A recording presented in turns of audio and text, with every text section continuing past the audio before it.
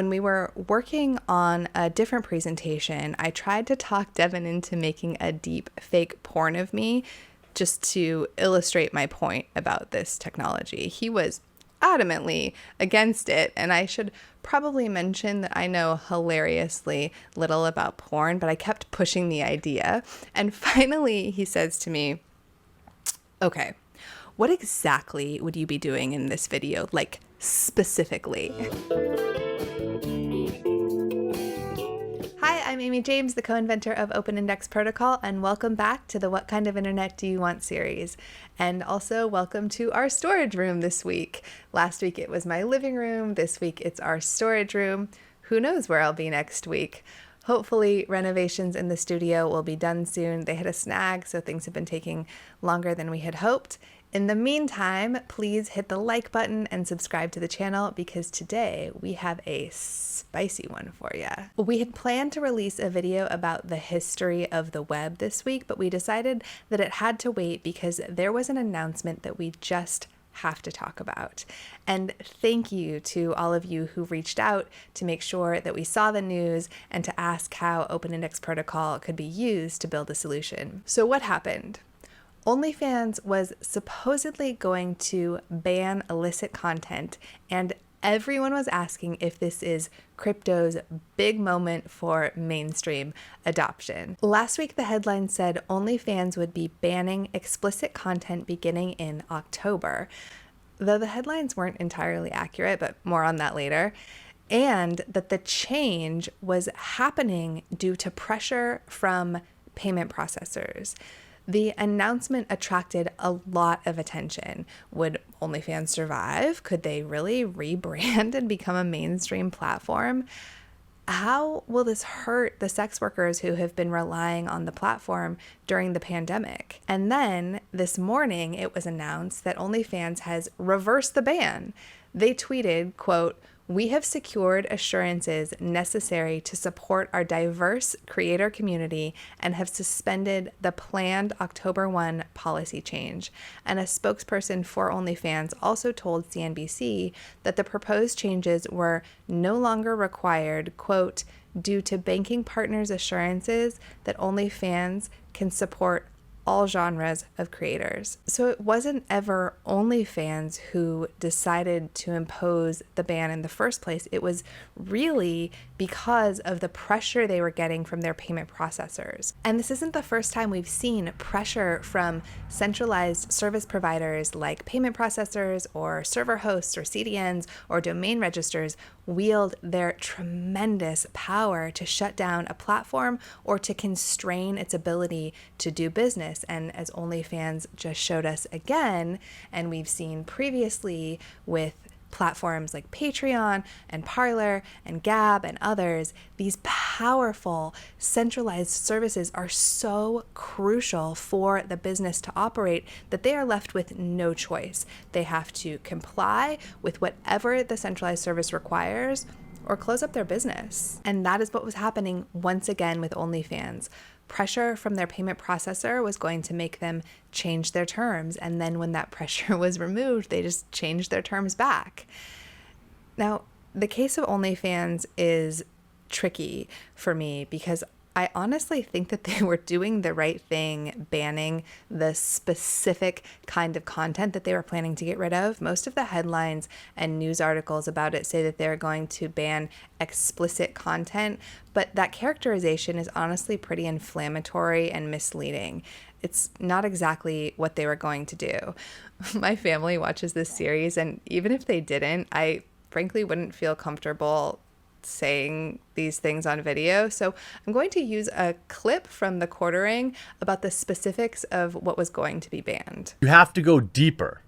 You have to go deeper to find out exactly what they're banning, because what it is interfamily relationships, any type of things with lack of consent, hypnosis, being intoxicated,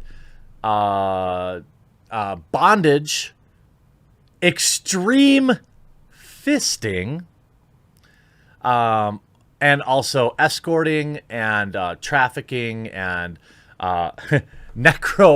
necro stuff. How do I say, the stuff with enjoying the number ones and number twos put on you.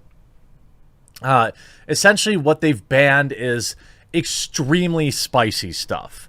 You could still get that sweet P in the V action from what I can tell. But it's funny that the media itself now has completely ignored this fact. So naked content still would have been allowed. They were just getting rid of the truly disgusting content. It seems to me that maybe it would have been a step in the right direction toward making the internet a better place to ban that stuff. But it was Jeremy's comment later in that video about how the porn community in particular is always pushing at the edges of technology that helped me to see why I wanted to make a video about this. It's because porn always leads the way with new technology. OnlyFans isn't the first. Pornhub had PayPal stop payouts to their performers a couple of years ago and have since been using ACH and crypto for payments. In fact, I found so many great examples of pornography leading the way with distribution technology throughout history that at first this video was really long. So we decided to cut the historical review section from it and make a separate one about that will be more evergreen.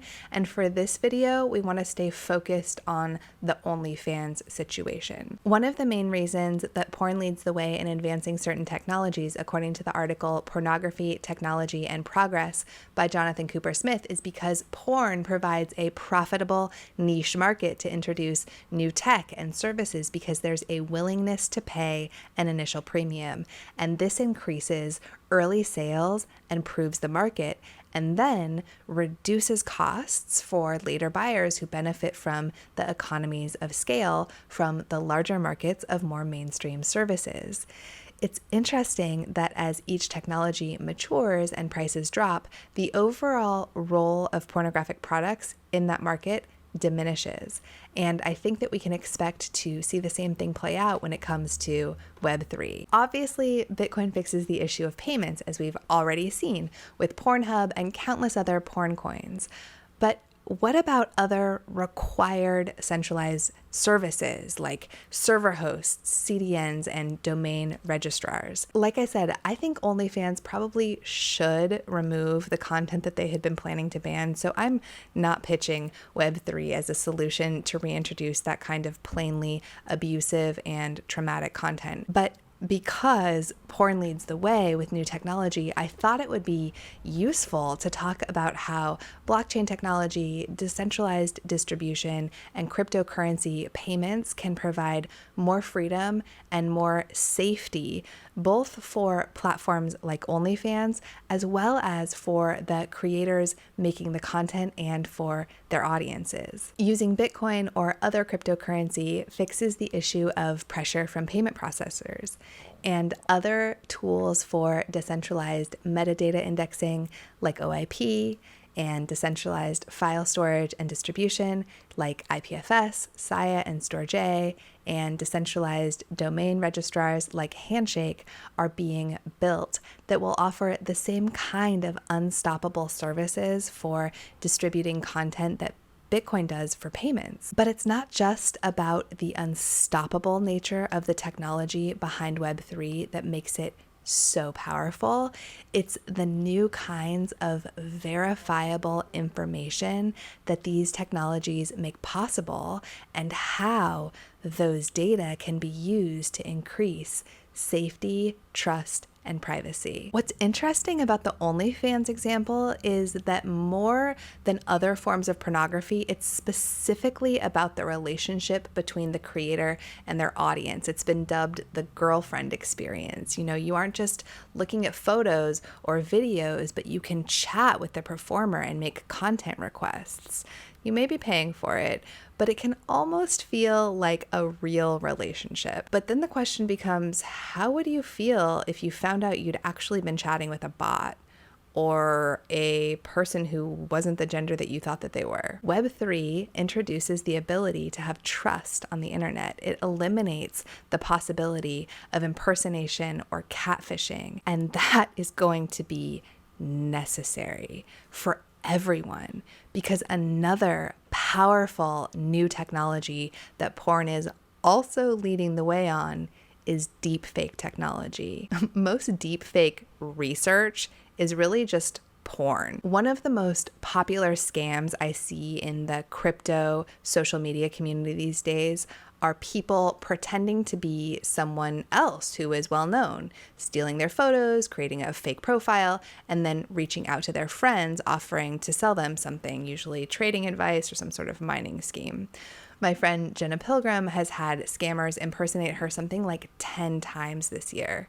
Incidentally, she's working on solving problems of trust as well. Her company, Streambed, is building Web3 software using OIP and other decentralized protocols that brings trust to attribution and analytics data. So the good news here is that Web3 technology can eliminate the possibility of impersonation. You know, the people sliding into your DMs trying to sell you trading advice are the same people who were emailing you about that Nigerian prince who wanted to give you money. The fraudsters will always be part of the marketplace, and it's up to the buyer to beware. But deepfake technology is going to get so good that it's like, how is that reasonable anymore? How will it be possible to know if something is real? When Devin and I first saw deepfake technology, we had entirely different reactions. I was horrified and could only think about how vulnerable it made me feel to know that somebody could make one of me and the impact that that would have. Devin didn't think about that at all. All he saw was an incredible new filmmaking tool and started dreaming about which Star Wars characters he hoped would be deepfaked first. But since it was so vulnerable for me, and I'm the kind of weird creator that I am, when we were working on a different presentation, I tried to talk Devin into making a deep fake porn of me just to illustrate my point about this technology. He was adamantly against it, and I should probably mention that I know hilariously little about porn, but I kept pushing the idea. And finally he says to me, okay, what exactly would you be doing in this video? Like, specifically. And then he showed me a deep fake that was made of Anita Sarkeesian during the Gamergate drama, and that really hit home because I knew her in college. We went on a couple of dates. She picked me up on MySpace, and seeing this deep fake of her was shocking. I had no idea. Like I said, I know hilariously little about what real porn is. It made me realize that I definitely didn't want to make a deep fake porn. I wanted to make something more like a deep fake sexy underwear try-on video. So I asked my friend if she would record some body footage, and well, here you go. Sitting on my throne like I am next to Ed. I'm pulling on the head, making hella knots. She keep a civil right movements, my Coretta Scott. Yeah. My purpose in making this was to illustrate that someday soon this issue will be personal. It will be something that everyone has to worry about, and that soon the technology will be so good that you won't easily be able to tell if it's a deep fake or not, like you can with Anita's or mine. Fortunately, there is a solution because Web3 technology lets you verify if something is from a certain creator. So for example, with Open Index Protocol, there's a feature that functions like a decentralized blue check mark. It lets the creators verify themselves and lets their audience see this. We actually shot another video all about how this works when we made season 1, but we never finished all of the tutorial animations that it needed, so we should probably make that video at some point to demo specifically how all of this works, and we will link it here when we do. But for now, just know that when you publish to Open Index Protocol, you get a user ID, and then you can use that to cryptographically self-verify using an outside database like Twitter or IMDb. In the case of the Nigerian Prince email scam I mentioned earlier, we don't see emails like that anymore because the problem was taken care of with filters to separate the spam from the real emails. Likewise, the kind of verification technology I'm talking about would allow content to easily be separated into real and fake. Adding trust to the web in this way allows content creators to have more sovereignty and more safety. Their content is cryptographically connected to them.